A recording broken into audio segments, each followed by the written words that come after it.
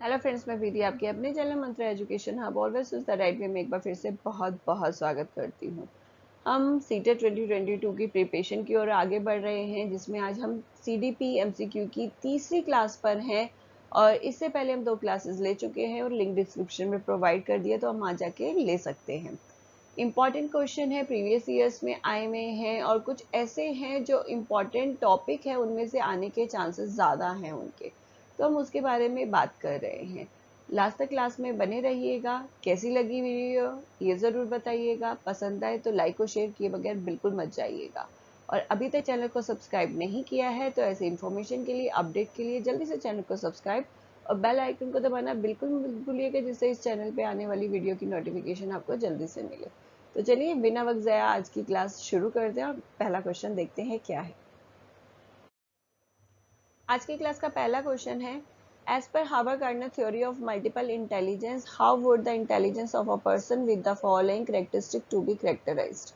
Characteristics है ability to detect and respond appropriately to the moods, temperaments, motivation, intention of other। यहाँ पर Howard gardener की theory की बात कर रखी है, जिन्होंने मल्टीपल इंटेलिजेंस थ्योरी दी थी और उसके अंदर 8 इंटेलिजेंस दिए थे कि कौन कौन से तरीके के 8 इंटेलिजेंस होते हैं, तो उसके बारे में यहाँ पर बात कर रखी है और एक कैरेक्टरिस्टिक्स दे दिया है और पूछा गया है वो कौन से इंटेलिजेंस का है, उसके बारे में हमें बात करना है। कैरेक्टरिस्टिक्स दे दिया है, ability to detect and respond appropriately to the mood, temperament, motivation and intention of other. दूसरों के बारे में ऐसी एबिलिटी जो दूसरों के बारे में सोच कर के उसका कैसा मूड है, उसका मोटिवेशन क्या है, उसकी इंटेंशन क्या है, उसके बारे में ध्यान रखते हुए रिस्पॉन्ड करना। ये जो है एबिलिटी कैरेक्टरिस्टिक्स, वो कौन से इंटेलिजेंस में आती है? First interpersonal, second therapeutics, third naturalistic, four intrapersonal. आपका 5 सेकंड का टाइम स्टार्ट होता है ना, जल्दी से आंसर बताइए इसका।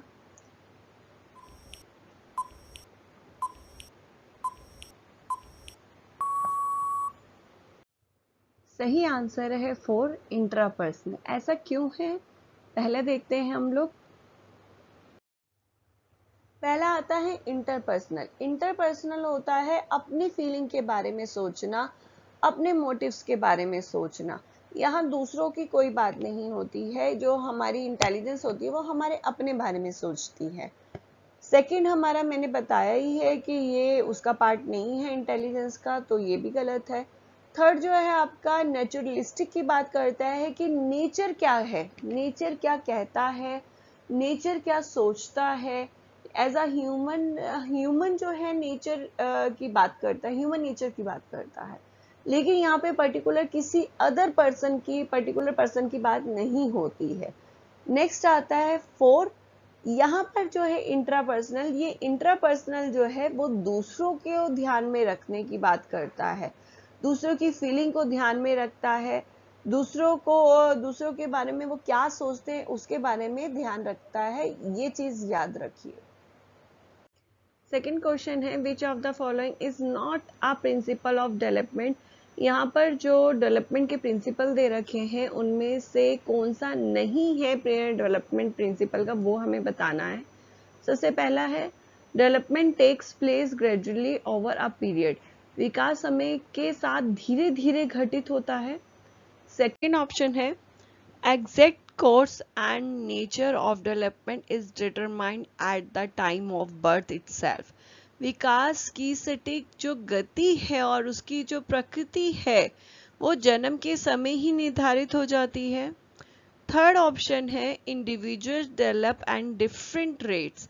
व्यक्ति अलग अलग गति से विकास करते हैं। 4 डेवलपमेंट इज रिलेटिवली ऑर्डरली। विकास तुलनात्मक रूप से क्रमित होता है, यानी एक ऑर्डर में चलता है। तो ये टाइम स्टार्ट होता है 5 सेकंड का, तो जल्दी से आंसर सोच के बताइए क्या है।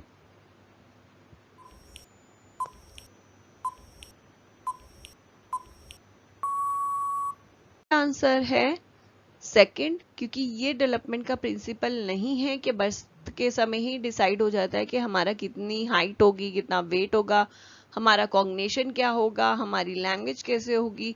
तो ये जो है सेकंड गलत है। अदरवाइज 1, 3 और 4 जो है तीनों डेवलपमेंट के प्रिंसिपल हैं कि हमारा जो डेवलपमेंट है वो धीरे धीरे धीरे घटित होता है, कि एकदम पहले तेज भी होता है फिर धीरे हो जाता है। ऐसे नहीं है कि एकदम से ही हमारा डेवलपमेंट हो जाता है उसके बाद जो है वो रुक जाता है। धीरे धीरे हमारी हर डेवलपमेंट जो है धीरे धीरे होता रहता है। हालांकि स्पीड अप डाउन होती रहती है लेकिन धीरे धीरे होता रहता है। और डेवलपमेंट तो हमारा होल लाइफ चलता है। ग्रोथ रुक जाती है लेकिन जो है डेवलपमेंट जो है हमारा पूरा लाइफ जो है चलता है। इसके अलावा जो है इंडिविजुअल डेवलपमेंट सबका डिफरेंट होता है। किसी की हाइट जो है ज़्यादा होती है, किसी की कम होती है, किसी का वेट जो है अप डाउन रहता है, इक्वल किसी का नहीं होता है। ना ही जो है कॉग्निशन सबका सेम होता है, तो डिफरेंट होता है और डिफरेंट रेट रहता है सभी का किसी टाइम पे स्पीड होता है, किसी का किसी। हालांकि माइलस्टोन जो है होते हैं, माइलस्टोन के अंडर में रह के भी डिफरेंट डिफरेंट होता है। उसके बाद आते हैं last 4, development is relatively orderly. बिल्कुल एक ऑर्डर में होता है, तभी हम लोगों के माइलस्टोन जो है बने हुए हैं कि 1 साल के अंदर जो है बच्चा चलना सीख जाता है, 6 महीने का बच्चा जो है वो बैठना सीख जाता है। तो एक ऑर्डर में होता है ये, तभी जो है एक माइलस्टोन बने हुए हैं। और सभी का एक ऑर्डर ऐसे भी है कि हमारा जो है सर से पैर तक ग्रो होता है, अंदर से बाहर तक हमारा डेवलपमेंट होता है। तो ये चीज़ें सबकी एक ऑर्डरली में रहती है। तो इसलिए तीनों ऑप्शन जो है ठीक है, फर्स्ट, थर्ड और फोर्थ। जो सेकंड है जो इसके साथ नहीं जाता है। नेक्स्ट क्वेश्चन है, several research studies show that teachers have more overall interaction with boys than girls. What is the correct explanation for this? जो नीचे ऑप्शन दे रखे हैं उनमें से कौन सा करेक्ट है कि ये रिसर्च में सामने आया है कि टीचर्स जो है वो इंटरेक्शन जो है बॉय से करते हैं रेदर देन गर्ल्स। तो यहाँ पर जो है ये चीज क्या दर्शाती है, ये नीचे जो है ऑप्शन दे रखे हैं उसमें से आपको करेक्ट आंसर चूज करना है। सबसे पहला, this is an example of gender bias in teaching. Second, boy are erased to message than girl in the classroom. Third, boys have much more academic capability than girl. Four, boy need more attention than girl. यहाँ पर जो है बताना चाह रहा है कि जो पहला है, टीचर जो है बहुत ज़्यादा लिंग पक्षपात करते हैं, उसका ये उदाहरण है। या लड़कियों की तुलना में लड़कों को अधिक आसानी से नियंत्रित किया जा सकता है क्लासरूम के अंदर। थर्ड ऑप्शन है आपका, लड़कियों की तुलना में लड़कों को जो एकेडमिक कैपेबिलिटी है वो काफ़ी अधिक माना जाता है। फोर आपका लास्ट है आपका, बॉयज को ज़्यादा अटेंशन की ज़रूरत होती है रेदर देन गर्ल्स। तो यहाँ पर जो आपका टाइम स्टार्ट होता है।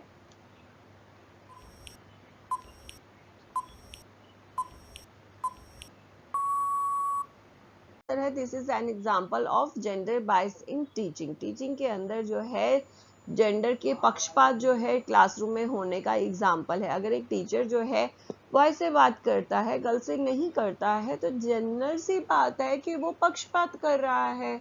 तो सही आंसर जो है हमारा 1 है। नेक्स्ट क्वेश्चन है, which of the following in central to the concept of progressive education. जो हमारी प्रगतिशील शिक्षा है उसकी अवधारणा क्या है, उसकी क्या प्रमुख अवधारणा है। सबसे पहला, standard instruction and assessment. Second, intrinsic motivation and uniform assessment parameters. Third, textbook centric learning. 4, believe in the capability and potential of every child. आपका टाइम स्टार्ट होता है अब से।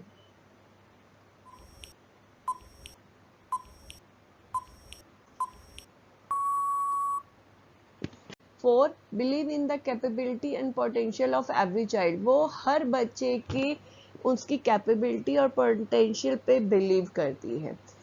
इसमें आपको क्वेश्चन है, सबसे पहले प्रोग्रेसिव एजुकेशन है क्या, ये पता होना चाहिए। सबसे पहला जो है प्रोग्रेसिव एजुकेशन चाइल्ड पेडागोजी पर बनी है, यानी चाइल्ड सेंटर जो है सेंट्रल अप्रोच को यूज करती है। तो मेनली यहाँ पर इन चारों में देखिए, चारों में सबसे जो है चाइल्ड के ऊपर फोकस कौन करता है? 4। तो करेक्ट आंसर भी 4 ही है, क्योंकि प्रोग्रेसिव एजुकेशन कहीं पर भी जब भी आ जाए तो वो चाइल्ड को ध्यान में रखते हुए हर चीज करती है। चाइल्ड की कैपेबिलिटी, चाइल्ड की पोटेंशियल, चाइल्ड की स्ट्रेंथ, चाइल्ड का इंटरेस्ट, उसी को ध्यान में रखते हुए उसकी टीचिंग पर ध्यान करती है। उसका बिहेवियर क्या है, उसकी वीकनेस क्या है, उसकी स्ट्रेंथ क्या है, उन सभी को ध्यान में रखती है। नेक्स्ट क्वेश्चन है, to understand individual different in development it is important. एक पर्सन का डेवलपमेंट जैसा होता है वही आप दूसरा पर्सन देखते हैं, उसका डेवलपमेंट उससे डिफरेंट होता है। इस चीज को समझने के लिए कौन सा जो नीचे ऑप्शन दे रखे हैं उनमें से कौन सा इंपॉर्टेंट है वो आपको बताना है। सबसे पहला है to consider maturation of the body and the brain.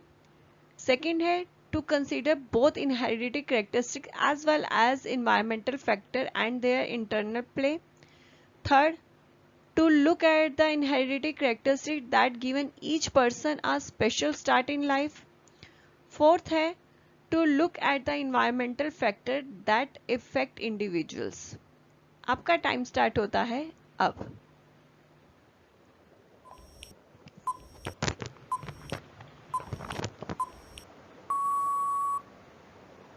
यहाँ पर जब हम इंडिविजुअल डिफरेंस को समझने लगते हैं डेवलपमेंट में, तो हमारे लिए इनहेरिडिटी को समझना ज़रूरी है, उसके करेक्टरिस्टिक्स को समझना ज़रूरी है, साथ ही साथ उसके इन्वायरमेंटल फैक्टर को समझना ज़रूरी है। तो साथ ही हमें जो इनहेरिडिटी और इन्वायरमेंटल फैक्टर का जो रिलेशनशिप है उसको समझना ज़रूरी है।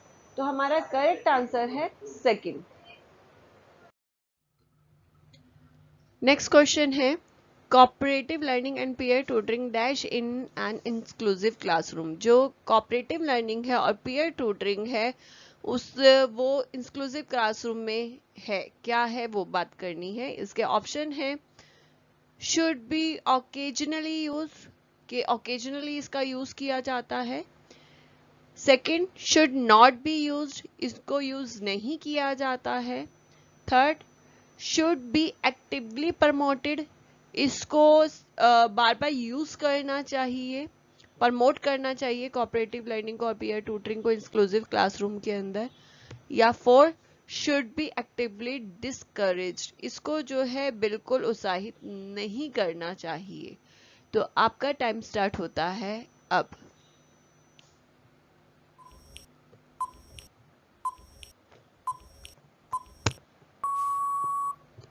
शुड बी एक्टिवली प्रमोटेड, के कोऑपरेटिव लर्निंग को और पीयर ट्यूटरिंग को इंक्लूसिव क्लासरूम के अंदर ज़्यादा से ज़्यादा प्रमोट करना चाहिए, उसे यूज़ करना चाहिए, क्योंकि कोऑपरेटिव लर्निंग और पीयर ट्यूटरिंग बहुत अच्छे मेथड माने जाते हैं बच्चों को चीज़ों को समझाने के लिए, लर्न करवाने के लिए।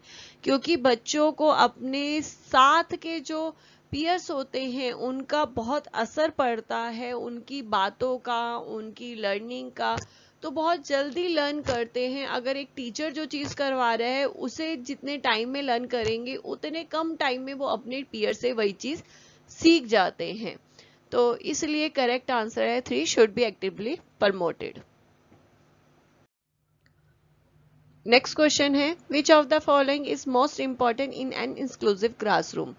यहाँ पर बात हो रही है कि जो ऑप्शन दे रखे हैं उनमें से सबसे ज्यादा इंपॉर्टेंस किसको दी जाती है।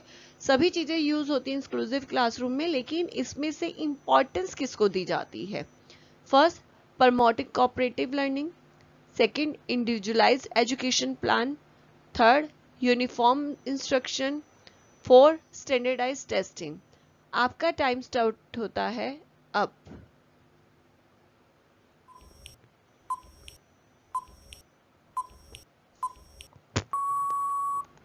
इंडिविजुअलाइज्ड एजुकेशन प्लान, आईपी को बहुत ज़्यादा इंपॉर्टेंस दी जाती है, क्योंकि इंक्लूसिव क्लासरूम में स्पेशल बच्चे भी होते हैं, तो उनके लिए उनकी नीड के अकॉर्डिंग एनवायरनमेंट क्रिएट करना, उनके करिकुलम में अडेप्टेशन करना ज़रूरी होता है, तो वो बिना आईपी के पॉसिबल नहीं है।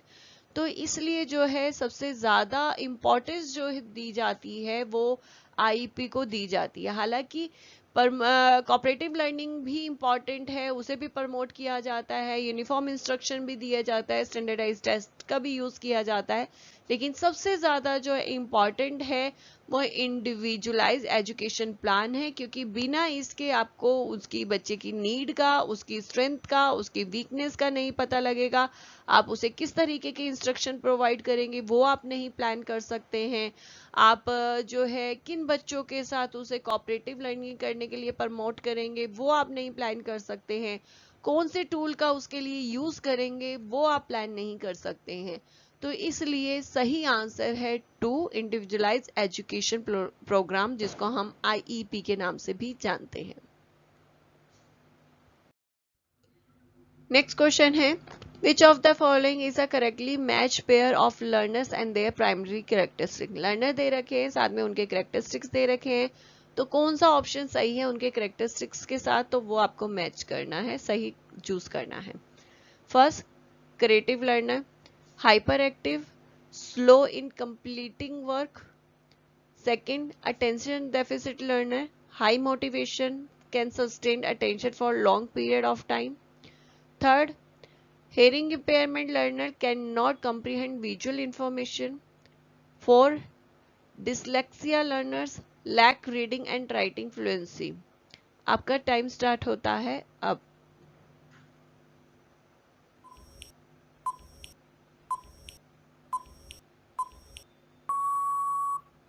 4, lack reading and writing fluency।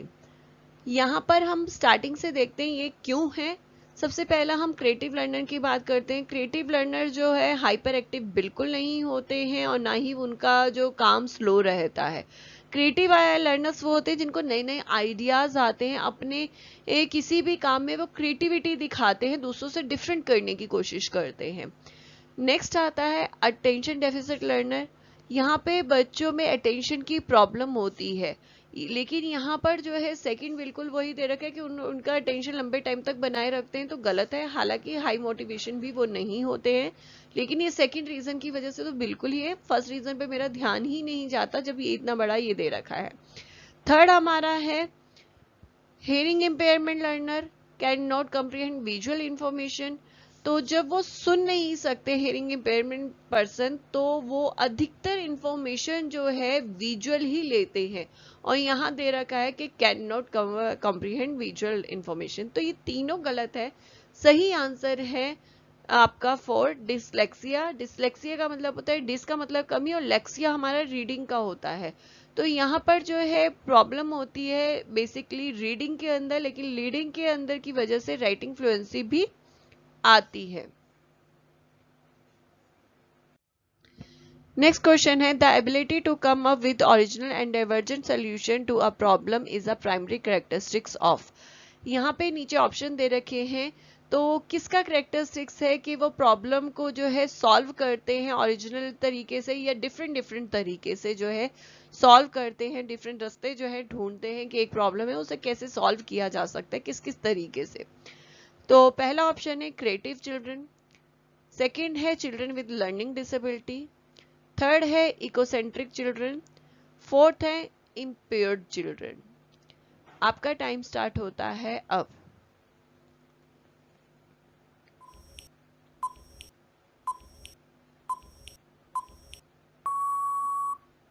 One, creative children, क्योंकि अभी इससे पहले भी मैंने बात की थी, जो क्रिएटिव चिल्ड्रंस होते हैं वो किसी चीज को नए नए तरीके से, नए नए आइडियाज जो है उनके दिमाग में आते हैं, किसी चीज को किस तरीके से किस तरीके से किया जा सकता है।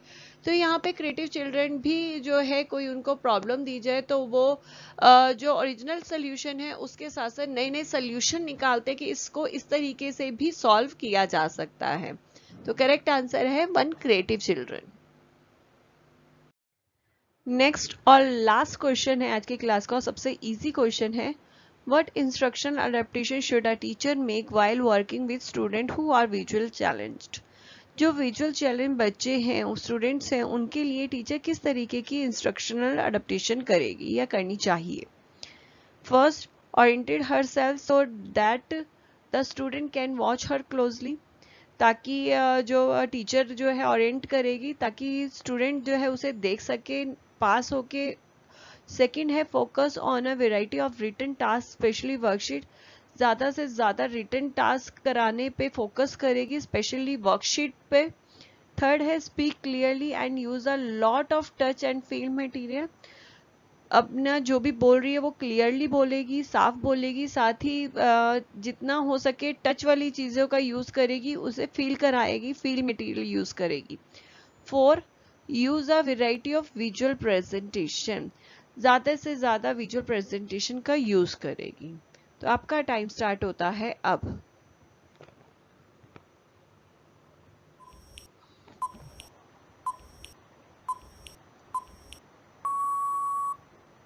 And use a lot of touch and feel material.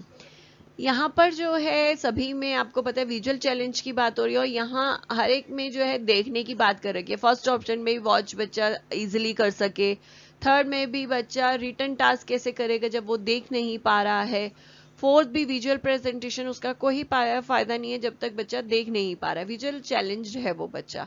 तो आपका करेक्ट आंसर है 3 speak clearly and use a lot of touch and feel material. बच्चों को जो देख नहीं पाते ज्यादा से ज्यादा जो है हम टच चीजें कराते हैं, फील मटेरियल का यूज कराते हैं, और जो वर्ड हम लोग बोलते हैं क्लियर बोलते हैं ताकि बच्चा उसे समझे। यहाँ तक कि बच्चों के लिए जो साइन लैंग्वेज भी यूज होती है, जो सुन नहीं सकते हैं, विजुअल चैलेंज के साथ जो सुन नहीं सकते उनके लिए साइन लैंग्वेज यूज होती है, वो टच वाली यूज होती है, ध्यान रखिएगा।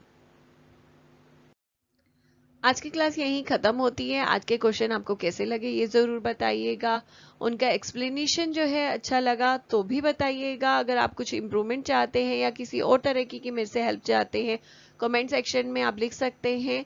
अगर आज की क्लास पसंद आई है तो लाइक किए बगैर बिल्कुल मत जाइएगा, साथ ही साथ शेयर करिएगा जो अपने फ्रेंड्स सीटेट की तैयारी कर रहे हैं। और जाने से पहले अगर अभी तक चैनल को सब्सक्राइब नहीं किया है तो ऐसी इन्फॉर्मेशन के लिए, अपडेट के लिए जल्दी से चैनल को सब्सक्राइब और बेल आइकन को दबाना बिल्कुल मत भूलिएगा, जिससे इस चैनल पे आने वाली वीडियो की नोटिफिकेशन आपको जल्दी से मिले। तो आज के लिए बस इतना ही। एक बार फिर से हाजिर होंगे एक नई वीडियो के साथ। नमस्ते, शुक्रिया।